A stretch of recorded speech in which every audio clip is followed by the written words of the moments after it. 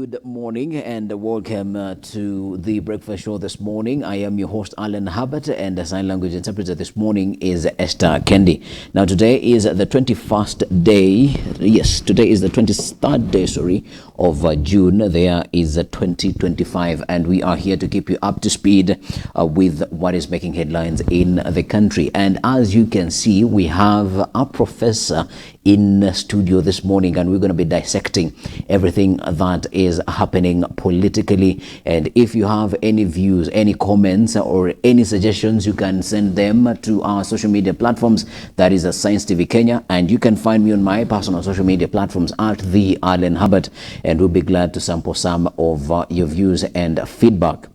You can also engage with us on our social media platforms, and they are scrolling on your screen right now. You can send us an SMS or WhatsApp message, and we'll be glad to sample some of your feedback. Professor, before we go into some of the news that are making headlines this morning, kindly greet the people.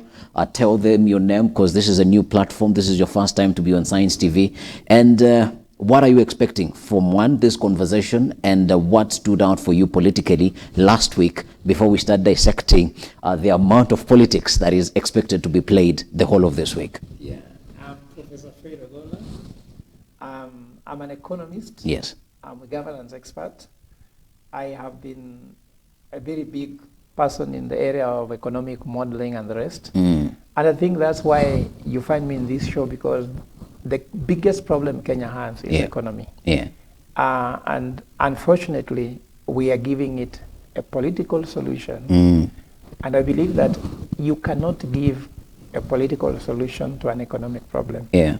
So basically, that's who I am. Yeah. Other things can be said, but I was a professor in Strathmore for 12 years. And here I'm now on the matters of now working for the nation. Yeah. And I think that's what I'm dedicating my work for. And I don't know whether the people of Kenya will one day ever tell me that there's something they can give me to really do. But at the moment, we are here to correct this government and to send the voice of the people around. And why am I on Science TV? I believe that everybody has a voice, including people who have disabilities of different areas. When I was told to come to Science TV, I saw that they have voices. I've heard people saying, I am the voice of the voiceless. Yeah. And I think that's to be a joke. No, there's no one who has no voice. Yeah. It's just that some voices have been suppressed, that they cannot be heard, or some voices have been ignored. Yeah. So I want to tell our viewers this morning that no one should ever tell you you're voiceless. You have a voice, and let your voice come out. You might not express them the way I'm doing it, but you can express them even in drawing. Yeah. You can express them even in sign language. Yeah. You can express them in body language. You can express them even in literature. So you don't have to go on TV and say the Ruto must go all one time like Achagua is doing. Yeah. But you can even just use your own ways of expressing it. Yeah. Or it can also inform you how you talk to your family. But what am I expecting today? In case this conversation can be able to make Kenyans see the truth, because we believe that with the truth, we have justice. Yeah. And with justice, then at least we can be truly free people, and Kenya can be peaceful. Yeah. And I think that's what I'm expecting. And the last thing that stood out for me in this country is that we have forgotten that some people we rush mostly for current affairs. When you see current affairs, we jump into it, and we are seeing Kenyans being more reactionaries. But Kenya needs change. Kenya don't need reactionaries. And reactionaries can never change a country. Yeah. They can amend something, but they cannot change anything. Remember, we had a constitution that came in, but the problems we had at independence are still there. We reacted, let's have a new constitution. Yeah. Then we got a new constitution, then we put the people who are against the constitution in charge. So I'm trying to segment Kenyans into three. There's a category called those working for the system, means the system that oppresses Kenyans, system that cannot offer you education, healthcare, and economic development, cannot put food on the table. There's a system that wants you poor. Yeah. But there are some people working on the system. On the system means they are trying to amend one or two things, but the system is still there. You know what I mean? So when the system is still there, you can change the volume, you can change the waves, but the system is still the system. Yeah. You make some incremental improvement, but still somebody can come and turn it. For example, Kibaki came, and Kibaki worked on the system. So he brought economic development, the economy was booming, but he left the system in place, intact. In place. Then somebody just came and reversed the system. So the system I don't like this. Take it back. Take it back. We have the people who works against the system. These are people who want to overhaul the system. For example, election system, we know very well. IBC is not independent, isn't it? Yeah. The worst letter in IBC is the word I. The independence. Okay. Then if you go to IPOA, now investigating cases, the worst letter in that word is I. IPOA. The POA is okay, but I in the POA is the problem. So when you see reaction like IPOA will investigate policemen, ask yourself, policemen are guarding IPOA. That the ones who are giving security to IPOA. How can you investigate your security? I don't see the sense. People are waiting. IPOA will do this. Now you saw somebody reveal that IPOA took the phone number of a suspect and used the phone number to solicit fund with. So then you ask yourself, where are we going as a country? So I'm just taken aback by us. We don't want reactionaries. We have to face our history head on, know the truth, then the truth will set us free. And then we stop being reactors, but we need to be more proactive and actually go to the root cause of the problem. In Italy, because I speak Latin, we say causa causarum, cause of the causes. So what is the cause of the causes of what's happened now? We have 25th of June reaction. Let's go to the street. Let's celebrate the street. So is that a reaction or that's solving a fundamental problem? We're not solving any problem. Wow.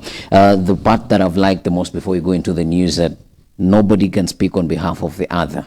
Yes. Nobody is voiceless, but you can use that small voice or whatever abilities that you have to speak for yourself. Now, that shows you that we are going to be having a hotly engaging conversation this morning. And the first story that I want us to look at is I have never and will never sponsor violence of any kind. Sakaja, that is the governor of Nairobi, came and defended himself. Now, Johnson Sakaja has come out to defend his reputation following allegations that he was behind the hiring of goons who caused mayhem during Tuesday's protests.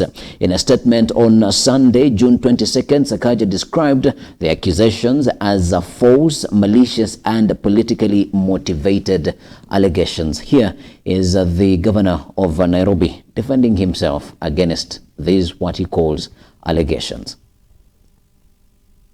I urge all Kenyans and the people of Nairobi to reject violence and criminal behavior as they take to the streets this coming week. I have spoken to the command of the police to assure peaceful demonstrators that they will be protected as they express their rights. And that must be done within the confines of the law. As enshrined in our constitutions, let the police do their job to protect life and property. I have never used violence to gain power, and I never will. My record speaks for itself. These accusations are not only false, they are a desperate attempt by certain well-known individuals whose political careers are marked by violence, by intimidation, by chaos. I urge all Kenyans and the people of Nairobi to reject violence and criminal behavior as they take to the streets this coming week. I have spoken to the command of the police to assure peaceful demonstrators that they will be protected as they express their rights. And that must be done within the confines of the law. As enshrined in our constitutions, let the police do their job to protect life and property. I have never used violence to gain power, and I never will. My record speaks for itself. These accusations are not only false, they are a desperate attempt by certain well-known individuals whose political careers are marked by violence, by intimidation, by chaos.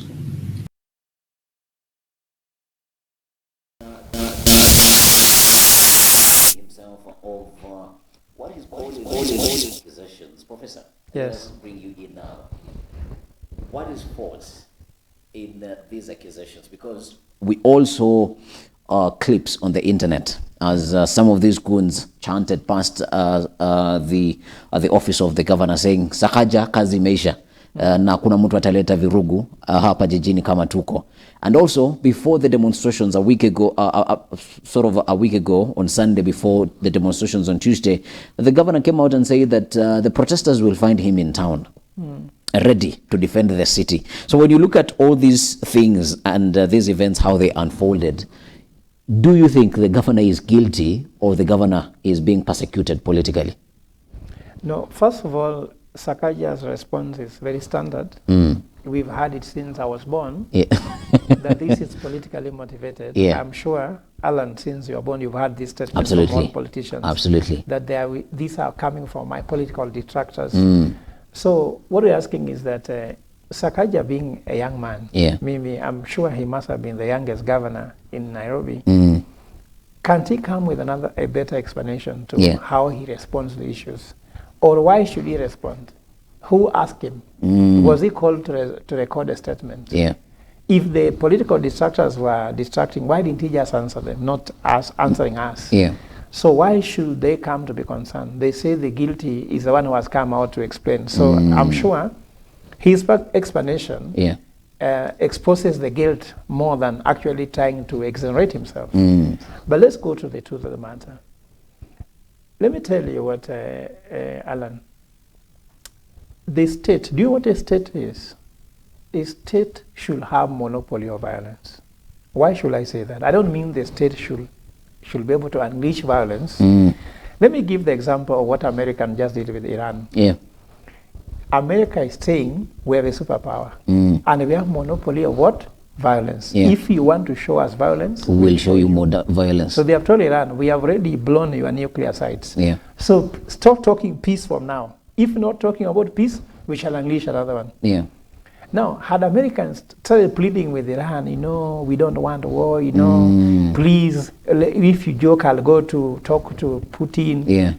You see, it is Iran now flying to Moscow today to go meet Putin, isn't it? It's not Trump flying any country. Trump is in the US saying, if you don't know, I'll press another button. We've done a successful one. It is the most complicated one, which means the next ones are easier. So it means America as a superpower shows we have monopoly of violence. So we can even bomb your nuclears. Now, a state should be able to have a machinery in place that should you dare them, the state should deal with you as the state. But a state that goes to get goons because they are incapable of controlling the Gen Z protests, then it means it's a state that has lost legitimacy. So whether Sakaja, whoever sent those goons, because I don't want to accuse him. I'm a scholar. Whoever sent those goons, the state should know that if the goons came and successfully did their work and left, then who was in charge? Because forget about Sakaja now. Sakaja has city askaris, isn't it? We have a state now. Sakaja is one of the state officers. How can goons come and successfully demonstrate, march on the streets of Nairobi, and go home scot-free, none arrested? While the Gen Zs who does demonstration, they are shot, isn't it? They are tear gassed, they are arrested, we have to process cash bills. I've been to police cells 8 times, even simply by walking on the street. Alan, I can't walk on the streets of Nairobi now. They'll tell you, where are you going? Then before I realize they have been surrounded me and I'm in the cell. I've gone to Central 8 times. So what I'm trying to say in short, where is the failure on state apparatus? Where is the failure of state security? In fact, if you go, I'm sure, Alan, if you travel out of this country, you go to US, you go to Europe, normally you can walk on the street and you see no policeman.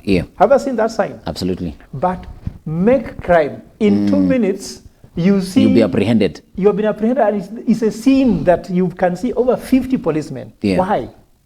The state normally don't show their violence, or at least their ability responses to protect its citizens. You don't see it. You walk in US, you walk in Washington, D.C., you think they don't have policemen. They are one thing. In 1 minute, you've been apprehended. Even in Rwanda here, if you forget your phone in an hotel and someone picks it, you'll be called at the airport that you left your phone in the hotel, we have got it for you. Rwanda, just in Rwanda here. In Kenya here, have you heard someone being called, you forgot your phone, even in church, and here is your phone? So what I'm trying to say in short is that there is a serious failure in the street. Now let's try to link this a little bit with the with the Gen Zs who have been accused of not being able to issue orders on time. Now the goons who protested in town with rungus, walking with crude weapon. Walking with what? Crude weapon. Gen Zs come with a phone, a bottle of water, and a flag. They are beaten. What is harmful between a flag, a bottle of water, and a phone compared and to someone carrying rungus in broad daylight and showing us? Then look at the statement made by the governor from Pokot, who says, I will now send AK-47 to town. Are you seeing that? Are you seeing that we can actually be sliding into anarchy? Absolutely. So what I want to urge Kenyans is that, first of all, we should be law-abiding citizens. And secondly, let us be led by example. The Sakaja county government needs to lead by example. The state itself, the security officers, they cannot be guarding goons while goons are terrorizing. If you look at those pictures, they are being escorted somehow by the police. By the police, absolutely. And I saw this happening in Sondu, in the border, whereby the policemen were escorting some communities to kill the Luos there, and even cut some of their private parts and throw them into the bushes in the full daylight and watch of the police. In fact, P.S. Omolo went there and said, we have asked policemen to stop being biased in their offering of security against people. So how can the state officers, policemen, be biased against the protesters but guard the goons? It shows you that there is no rule of law. And for me, the issue whether it's Sakaja who did it or not, me, I don't care. We have government of Kenya. They read a budget. They increased security budget by 17% because they said they want more security. What happened? That goons are taking charge of the CBD. And look at that. What was the results? The end result was that so many people lost their properties. They were destroyed by the goons. Even some of the police were seen carrying away or ferrying away. Yes, carrying their stuff, which means that they are bringing lawlessness in a capital city, in the CBD. You know, forget about the issue of Nairobi. There's parts of the city that should never have any crime. Do you know that? Central Business District. Sorry to say, if you go to Du Bois Road, those are not CBD. You know, Du Bois Road, those, but you know, go to Koinange Street, Moi Avenue, Kenyatta Kimathi Street. Kimathi Street. Moi Avenue and the lots. Those are critical assets. Look at the Sarova Stanley. Those are where foreigners stay, people who are actually bringing for you foreign exchange. So there should be some areas where you cannot entertain tolerate even for a minute. Look at insurrection that took place in Washington. It took place for a short period of time and it was contained. For us here, hours and hours, goons are in control. Now, if those goons can terrorize in the CBD, what can they do in Kibra? What can they do in Horoma? What can they do in Modorwa? You know, I'm getting some serious questions on security. So for me, this is a serious danger. And I think that the president owes this to us because he swore by the Bible that he will protect every life and every property. And if he can't do it, let him give way. So that's why Gen Zs are saying it's no longer about one term. It's about half term. Because we can't wait for the second half. After you have been scored 10 goals to nil, you don't want second half, do you? Absolutely not. Absolutely not. And on that note, we're going to take a quick break. And when we come back, we're coming back with another top story this morning as Gachagua, the proprietor of one term and amazing political slangs, cousins, sister, brother, and everything. He's saying that the president is sponsoring youth to block his rallies in Meru. How true is this, and what does the professor think about the comments of Gachagua? And Gachagua, does he even stand a chance to push political mayhem for the president? We're going to be coming back after the break. Keep it tight.